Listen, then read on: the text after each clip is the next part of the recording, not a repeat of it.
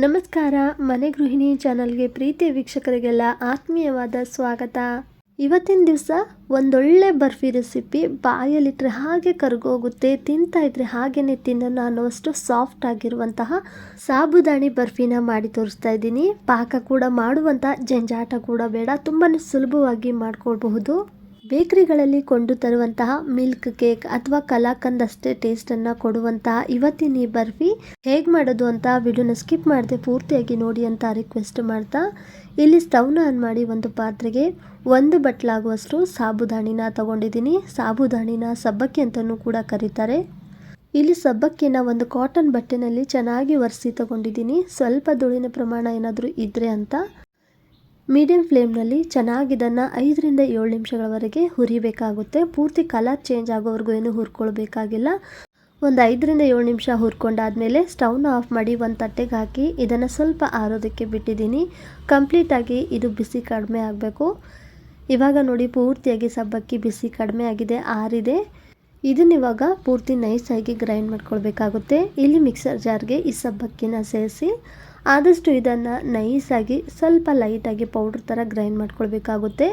ತೀರಾ ಇದು ಪೌಡ್ರ್ ಥರ ಆಗೋದಿಲ್ಲ, ಸ್ವಲ್ಪ ಲೈಟಾಗಿ ರವೆ ಥರ ಇರುತ್ತೆ. ಈ ಸಣ್ಣ ಉಪ್ಪು ಬರುತ್ತಲ್ಲ, ಸೇಮ್ ಅದೇ ಒಂದು ಟೆಕ್ಸ್ಚರಲ್ಲಿ ಈ ಒಂದು ಸಬ್ಬಕ್ಕಿ ಪೌಡ್ರು ತಯಾರಾಗುತ್ತೆ. ಇಲ್ಲಿ ಸ್ವಲ್ಪ ದಪ್ಪ ಪ್ರಮಾಣದ್ದು ಇನ್ನೂ ಉಳ್ಕೊಂಡಿದ್ರೆ ಜರಡಿ ಹಿಡಿದ್ಬಿಟ್ಟು ಚಾಣಿ ಮಾಡಿ ತಗೊಳ್ಳಿ. ಇಲ್ಲಿ ನಾನು ಕೂಡ ಚಾಣಿ ಮಾಡಿ ತಗೊಂಡಿದ್ದೀನಿ. ಇವಾಗ ಇದನ್ನು ಹುರಿಬೇಕಾಗುತ್ತೆ. ಇಲ್ಲಿ ಸ್ಟವ್ನ ಆನ್ ಮಾಡಿ ಕಡಾಯಿಗೆ 2 ಚಮಚದಷ್ಟು ತುಪ್ಪನ ಸೇರಿಸ್ತಾ ಇದ್ದೀನಿ. ಈ ರೆಸಿಪಿಗೆ ಜಾಸ್ತಿ ತುಪ್ಪ ಕೂಡ ಬೇಕಾಗೋದಿಲ್ಲ, 3 ರಿಂದ 4 ಚಮಚ ತುಪ್ಪ ಆದರೆ ಸಾಕು. ಇವಾಗ ಪೌಡ್ರ್ ಮಾಡಿಟ್ಟಂಥ ಸಬ್ಬಕ್ಕಿನ ಸೇರಿಸ್ತಾ ಇದ್ದೀನಿ. ಆದಷ್ಟು ಇಲ್ಲಿ ಮೀಡಿಯಮ್ ಟು ಲೋ ಮಾಡ್ತಾ ಇದನ್ನು ನಿಧಾನವಾಗಿ ಹುರಿಬೇಕಾಗುತ್ತೆ.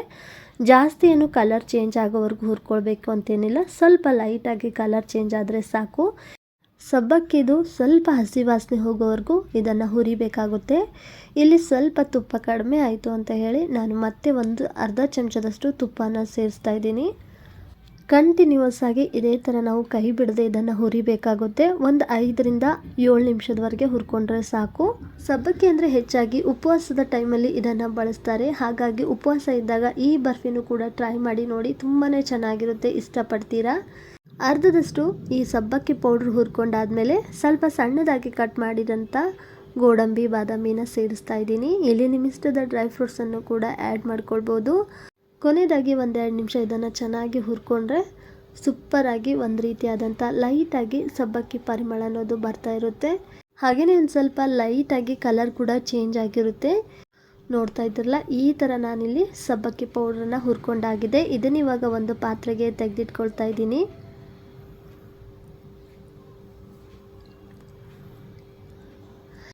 ಇವಾಗ ಅದೇ ಪಾತ್ರೆಗೆ 3 ಬಟ್ಲಾಗುವಷ್ಟು ಹಾಲನ್ನು ಸೇರಿಸ್ತಾ ಇದ್ದೀನಿ. ಇಲ್ಲಿ ಕಾಸಿ ಆರಿಸಿರುವಂಥ ಹಾಲನ್ನು ನಾನು ಬಳಸ್ತಾ ಇರೋದು. 1 ಬಟ್ಲು ಸಬ್ಬಕ್ಕಿಗೆ 3 ಬಟ್ಲಾಗುವಷ್ಟು ಹಾಲನ್ನು ತಗೊಂಡಿದ್ದೀನಿ. ಆದಷ್ಟು ಫುಲ್ ಫ್ಯಾಟ್ ಇರುವಂಥ ಹಾಲನ್ನು ಬಳಸಿ ಇವಾಗ ಗ್ಯಾಸ್ ಫ್ಲೇಮನ್ನು ಒಂದು ಸ್ವಲ್ಪ ಹೈ ಪ್ರಮಾಣದಲ್ಲಿಟ್ಟು ಕಾಯಿಸ್ಕೊಳ್ತಾ ಇದ್ದೀನಿ. ಇಲ್ಲಿ ಹಾಲನ್ನು ನಾವು ಒಂದು ಅರ್ಧದಷ್ಟು ಕಡಿಮೆ ಆಗೋವರೆಗೂ ಇದನ್ನು ಕುದಿಯೋದಕ್ಕೆ ಬಿಡಬೇಕಾಗುತ್ತೆ. ಕಂಟಿನ್ಯೂಸ್ ಆಗಿ ಇದೇ ಥರ ನಾವು ಮಿಕ್ಸ್ ಮಾಡ್ಕೊಳ್ತಾನೆ ಇರಬೇಕು ಅಂತೇನಿಲ್ಲ, ಅವಾಗವಾಗ ಒಂದ್ಸತಿ ಈ ಥರ ಕೈ ಆಡಿಸ್ತಾ ಇದ್ದರೆ ಸಾಕು.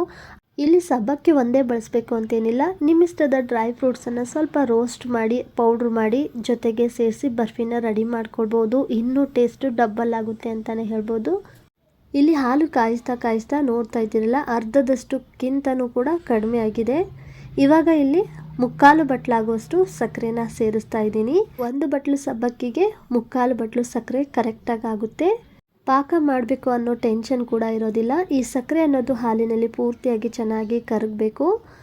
ಇವಾಗ ಫ್ಲೇವರ್ಗೆ ಅಂತ ಏಲಕ್ಕಿ ಪುಡಿನ ಸ್ವಲ್ಪ ಸೇರಿಸಿ ಚೆನ್ನಾಗಿ ಇದನ್ನು ಮಿಕ್ಸ್ ಮಾಡಿಕೊಂಡು ಒಂದು ಕುದಿ ಬರೋವರೆಗೂ ಇಲ್ಲಿ ಕಾಯಿಸ್ಕೊಂಡಿದ್ದೀನಿ ಹಾಲನ್ನು.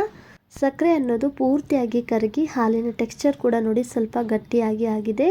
ಇವಾಗ ಮುಂಚೆನೆ ಹುರಿದಿಟ್ಟಂಥ ಸಬ್ಬಕ್ಕಿ ಪೌಡ್ರನ್ನು ಸೇರಿಸಿ ಚೆನ್ನಾಗಿ ಇದನ್ನು ಕೈ ಬಿಡದೆ ಮಿಕ್ಸ್ ಮಾಡ್ಕೊಳ್ಬೇಕಾಗುತ್ತೆ. ಲೋ ಫ್ಲೇಮ್ನಲ್ಲಿ ಗಂಟುಗಳು ಇಲ್ಲದೆ ಇರೋ ಥರ ಚೆನ್ನಾಗಿ ಇದನ್ನು ಮಿಕ್ಸ್ ಮಾಡ್ಕೊಳ್ತಾ ಇದ್ದೀನಿ. ಜಾಸ್ತಿ ಸಮಯ ತಗೊಳ್ಳೋದಿಲ್ಲ. ಕೊನೆಯದಾಗಿ 1-2-3 ನಿಮಿಷದಲ್ಲೇ ಇಲ್ಲಿ ರೆಡಿ ಆಗಿಬಿಡುತ್ತೆ. ತೀರಾ ತೆಳ್ಳಗಾಗಿದೆ, ಮಿಶ್ರಣ ಗಟ್ಟಿನೇ ಆಗ್ತಾ ಇಲ್ಲ, ಟೆನ್ಷನ್ ತಗೊಳ್ಬೇಡಿ. ಹಾಗೇನಾದರೂ ಆದರೆ ಇಲ್ಲಿ ನೀವು ಕೊಬ್ಬರಿ ಪೌಡ್ರನ್ನು ಕೂಡ ಸೇರಿಸ್ಕೊಳ್ಬೋದು, ಇಲ್ಲ ಹಾಲಿನ ಪುಡಿನ ಸೇರಿಸ್ಕೊಂಡು ಇದ್ರ ಕನ್ಸಿಸ್ಟೆನ್ಸಿನ ನೀವು ರೆಡಿ ಮಾಡ್ಕೊಳ್ಬಹುದು. ನೋಡಿ, ತಿರುತ್ತಾ ಇಲ್ಲಿ ಗಟ್ಟಿ ಅದಕ್ಕೆ ರೆಡಿಯಾಗಿದೆ. ಆಲ್ಮೋಸ್ಟ್ ಆಗಿ ಇದು ಇವಾಗ ರೆಡಿಯಾಗಿದೆ. ಕೊನೆಯದಾಗಿ ಒಂದು ಅರ್ಧದಷ್ಟು ಚಮಚ ತುಪ್ಪನ ಸೇರಿಸಿ ಚೆನ್ನಾಗಿ ಇದನ್ನು ಮಿಕ್ಸ್ ಮಾಡ್ಕೊಳ್ತಾ ಸ್ವಲ್ಪ ಫ್ರೈ ಮಾಡಿದ್ರೆ ಸಾಕು. ಈಸಿಯಾಗಿ ಬಾಣಲಿ ತಳ ಬಿಡುತ್ತೆ. ಈ ಥರ ಬಾಣಲಿ ತಳ ಬಿಡ್ತಾ ಇದೆ ಅಂದರೆ ಇದು ಪರ್ಫೆಕ್ಟಾಗಿ ಬರ್ಫಿ ಮಿಶ್ರಣ ರೆಡಿಯಾಗಿದೆ ಅಂತಲೇ ಅರ್ಥ.